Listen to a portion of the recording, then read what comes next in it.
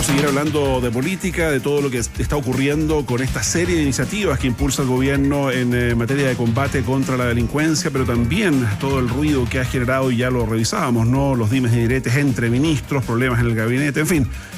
Senador, vicepresidente del Partido Demócrata, integrante entre otras comisiones de la Derechos Humanos, Matías Walker, bienvenido al programa. ¿Cómo estás? Buenos días. ¿Qué tal, Mauricio, Paula? Muy buenos días, qué gusto estar en los estudios de ADN. Bienvenido, senador. Oiga, ¿qué ha cambiado a juicio suyo desde que usted la semana pasada fuera los primeros en ponerle un adjetivo bien duro a la reforma constitucional del gobierno y hablara de una verdadera locura?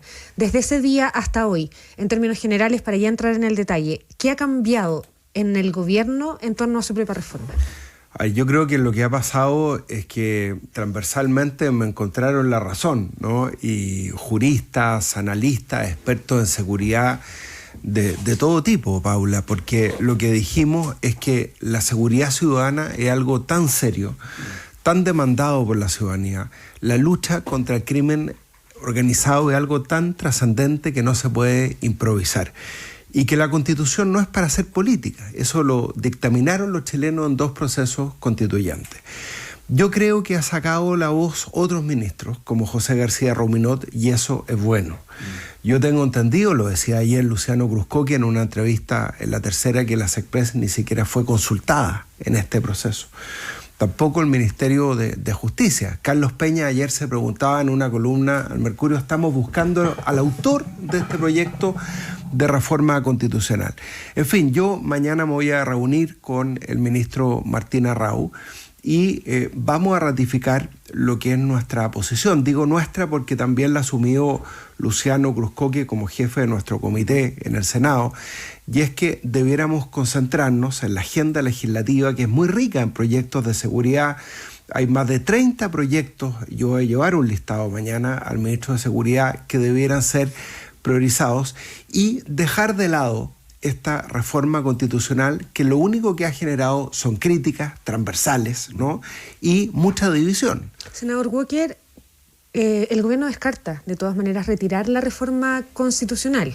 Ayer el ministro Alvarado decía que es central para su agenda, que es central para su apuesta. ¿Qué tiene que pasar con esa reforma constitucional para que usted dé su voto? Un voto que sabemos en el Senado, con una derecha que no tiene mayoría, funciona como bisagra. ¿Qué debiera pasar con el tema de los estados de excepción constitucional, que ha sido muy probablemente el que genera mayores críticas, y el tema de los beneficios sociales que se van a quitar a los condenados? Yo creo que con el transcurrir de los días y la discusión, el gobierno se va a dar cuenta que no tiene sentido avanzar en esta reforma constitucional, Paula, y que debiéramos concentrarnos en la agenda legislativa. Y lo de ayer del ministro Alvarado de decir que es un absurdo retirarlo, ¿qué es entonces? Lo que pasa es que, yo creo que dieron un primer paso, que es quitarle la urgencia, ¿no? Ya no tiene que ser despachado en 15 días, sino que en 30 días. Y yo creo que acá nadie tiene que salir derrotado de esta discusión. Y la mejor forma que nadie salga derrotado es ponernos de acuerdo en un fast track legislativo en materia de seguridad. Como lo hicimos con el propio José García Ruminot cuando estuvimos en la testera del Senado y avanzamos en 31 proyectos en materia de seguridad. Yo quiero recordar que ahí sacamos el proyecto de crimen organizado, que hoy día permite hacer interceptaciones telefónicas, pero no a los 8 millones de chilenos de manera indiscriminada, como pretende este proyecto de reforma constitucional. Interceptaciones telefónicas a los verdaderos jerarcas del crimen organizado. Quitarle los bienes al crimen organizado y al narcotráfico, utilización de agentes encubiertos, inteligencia, ¿no? Avanzar en el proyecto subinteligencia económica, perseguir la ruta del dinero, incluyendo el levantamiento del secreto bancario, que está en la comisión mixta, la regla del uso de la fuerza, para darle de verdad más atribución a las Fuerzas Armadas, también está en comisión mixta, y nuestro proyecto que presentamos con Jimena Rincón y Luciano Cruzcoque el 2024 para tener un sistema de cumplimiento diferenciado de condenas para que el crimen organizado cumpla condenas con contacto cero con el exterior. Ese proyecto ya está presentado. Claro. No es necesario presentar una nueva iniciativa. O sea, están los insumos, dice usted, porque nos plantea que acá en materia de seguridad el tema es tan serio, nos dice que aquí no se debiera improvisar. ¿Es que el gobierno en todo esto ha estado improvisando? Bueno, yo sigo la columna de Carlos Peña. ¿Quién fue el autor de este proyecto? ¿De dónde nació? ¿Qué trabajo prelegislativo hubo? ¿Qué juristas participaron? Nadie sabe. Es un misterio. Algunos apuntan contra el subsecretario Guerrero. Mira, yo no ando buscando culpables, Mauricio, de verdad. Yo le diría al gobierno... ¿Pero usted lo ve como una improvisación, en definitiva? Absolutamente. Fue una improvisación absoluta. ¿Qué es esto de generar una suerte de estado de asamblea por 8 meses en que nos quieren tener a todos los chilenos encerrados en nuestras casas sin apuntar con medidas focalizadas contra el crimen organizado, contra el terrorista? Si la ley antiterrorista ya la aprobamos. Cuando estábamos con José García Rubinot en la mesa del Senado, mataron a los 3 carabineros en Cañete. Nosotros suspendimos la semana regional, hicimos que se votara esa reforma, porque ya se había demorado demasiado tiempo, igual que todos estos proyectos. O sea, las herramientas están, se requieren nuevas herramientas para combatir la delincuencia. Y esa ley, Mauricio, determinó qué organizaciones terroristas, y tienen que ser los tribunales de justicia los que determinen qué organizaciones terroristas. ¿Qué es esto que el presidente de la República, con acuerdo del Senado, en sesión secreta, sin pasar por los tribunales de justicia, va a determinar qué organizaciones terroristas? Vamos a volver a la época de la dictadura, donde se inventaba que un opositor era terrorista para poder perseguirlo. No, o sea, hablemos en serio, lleguemos a un acuerdo amplio. Hay muchos proyectos de ley que se pueden perfeccionar, Mauricio, ya acabo de dar un listado, pero esta reforma constitucional es ineficaz. ¿Para qué vamos a crear un 5º estado de excepción constitucional cuando tenemos el estado de emergencia? Perfeccionemos el estado de emergencia. Las propias Fuerzas Armadas han dicho, mire, nosotros no podemos cumplir labores de policía, pero por lo menos, y ya que tienen la facultad de resguardar el orden público de acuerdo al estado de emergencia, lo demostró el presidente Piñera en pleno estallido social, démosle regla del uso de la fuerza clara. ¿Por qué el gobierno no prioriza ese proyecto que está hoy día en comisión mixta? Senador, estamos conversando con el senador demócrata Matías Walker. De alguna manera, la estrategia que el gobierno delinea el fin de semana es efectivamente abrirse. El ministro Arrau el viernes decía no hay líneas rojas en torno a los estados de excepción, tampoco en relación a los beneficios que van a perder los condenados durante el fin de semana. El ministro García dice nos vamos a abrir y le vamos a bajar la urgencia, lo mismo suscribe el ministro Alvarado, pero la estrategia parece apuntar al Congreso. Y en los términos en términos futbolísticos, yo sé que este futbolista, aunque le gusta la Católica, no lo ha pasado también. No ha sido buenos días.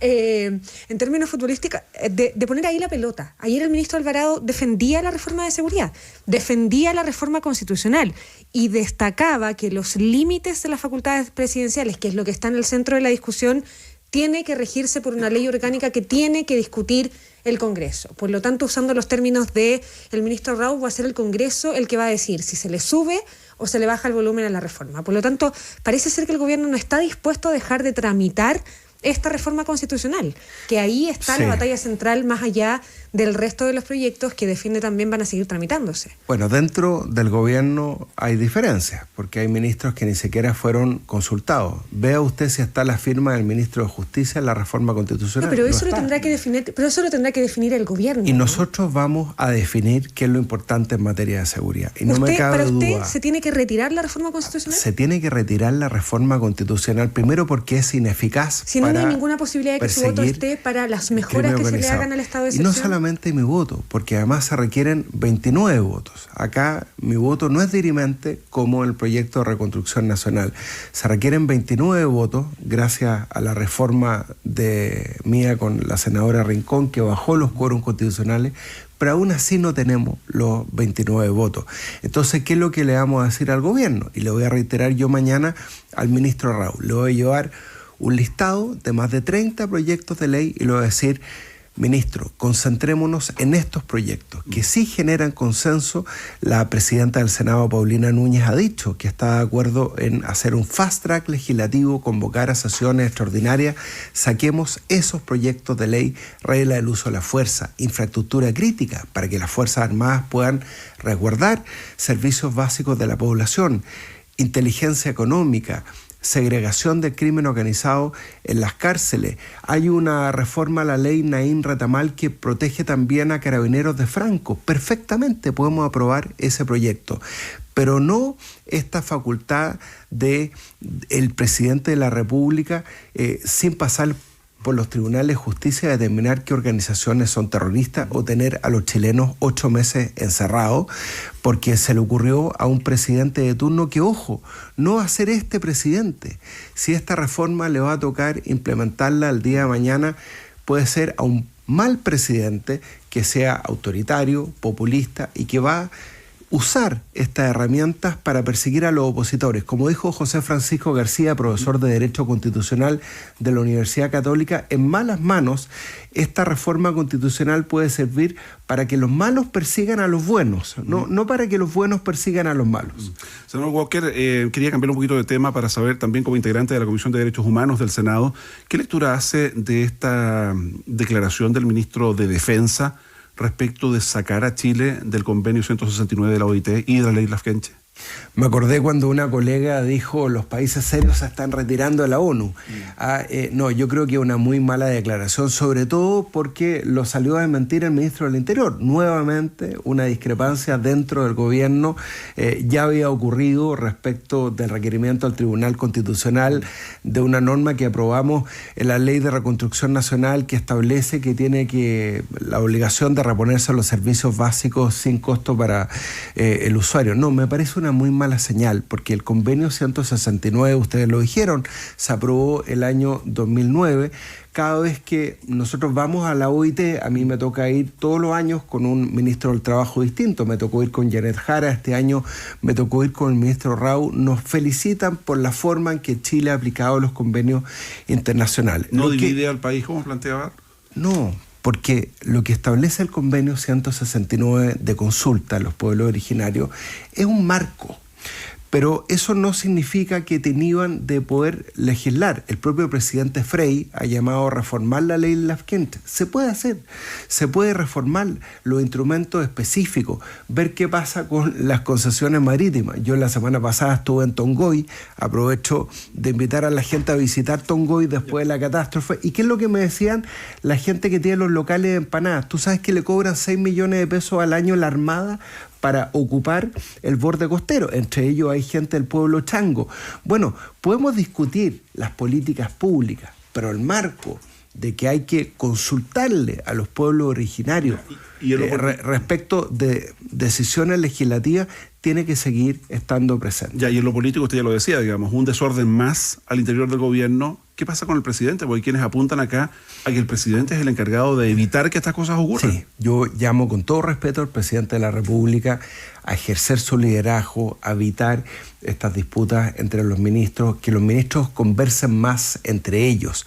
Yo creo que nos habríamos ahorrado varios problemas si los ministros que saben del tema, como José García Ruminot, que tiene gran experiencia legislativa, hubieran tenido mayor participación en la elaboración, por ejemplo, de este proyecto de reforma constitucional. Cuando se habla de la falta de trabajo prelegislativo, ineludiblemente se apunta al ministro José García Ruminot, que es el ministro secretario general de la presidencia, ¿no?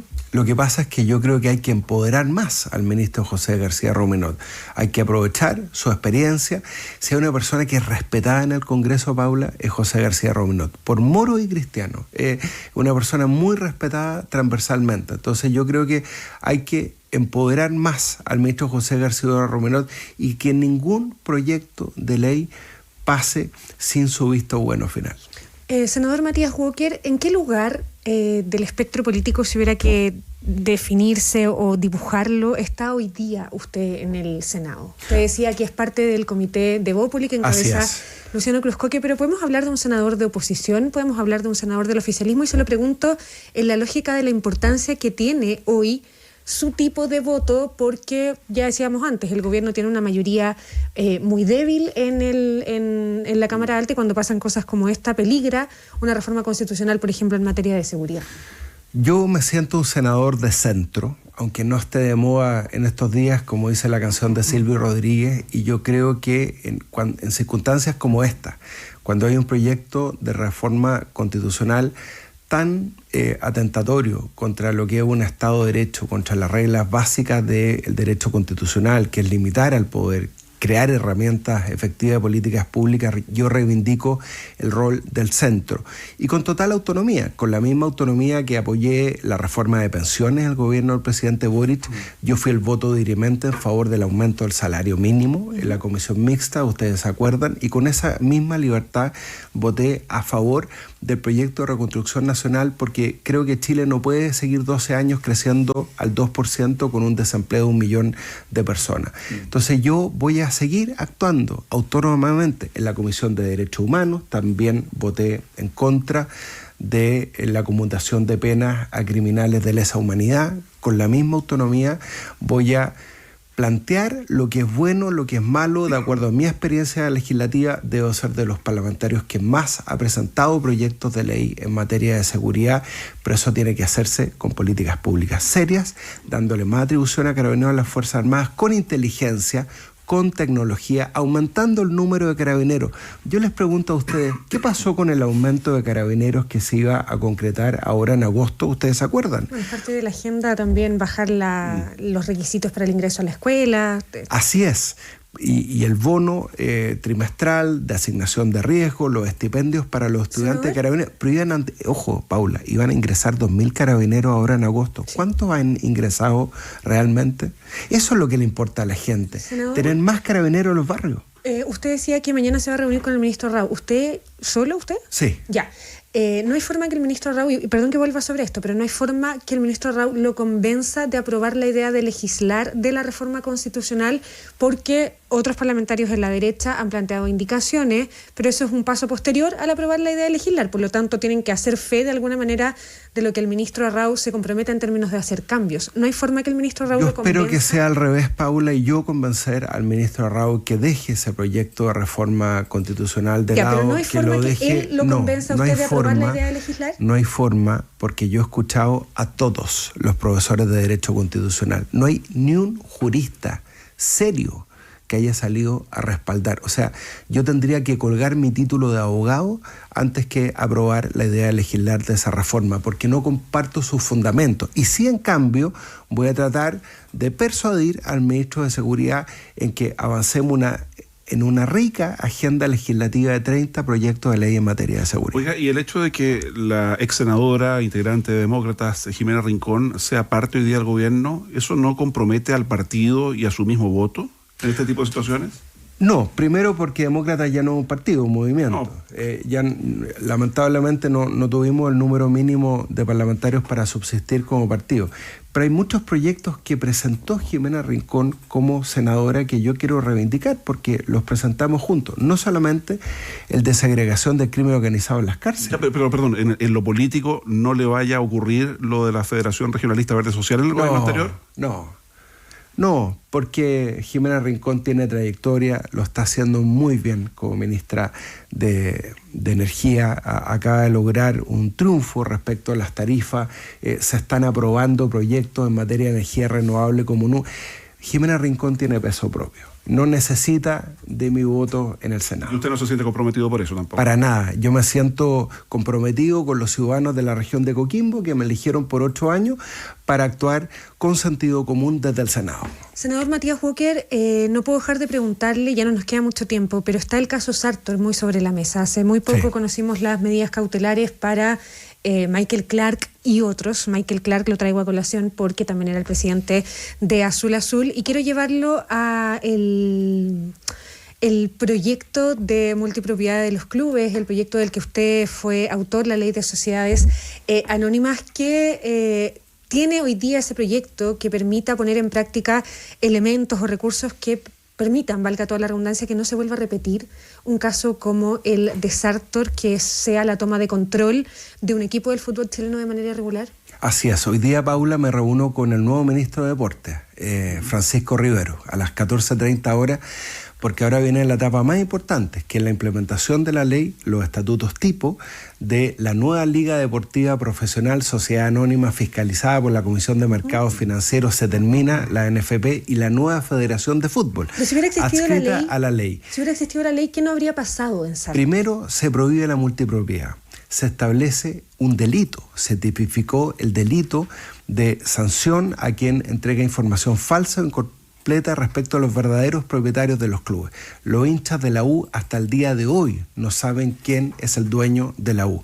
Se termina la posibilidad que representantes sean dueños o participen en la gestión directa o indirecta de los clubes. Se separa la federación de la liga y vamos a tener más fiscalización de la Comisión de Mercado Financiero. Lo que ha salido del caso Sartor son ejemplos claros de multipropiedad, porque no solamente Michael Clark, sino que distintos empresarios han participado directa o indirectamente en la propiedad o en la administración de distintos clubes.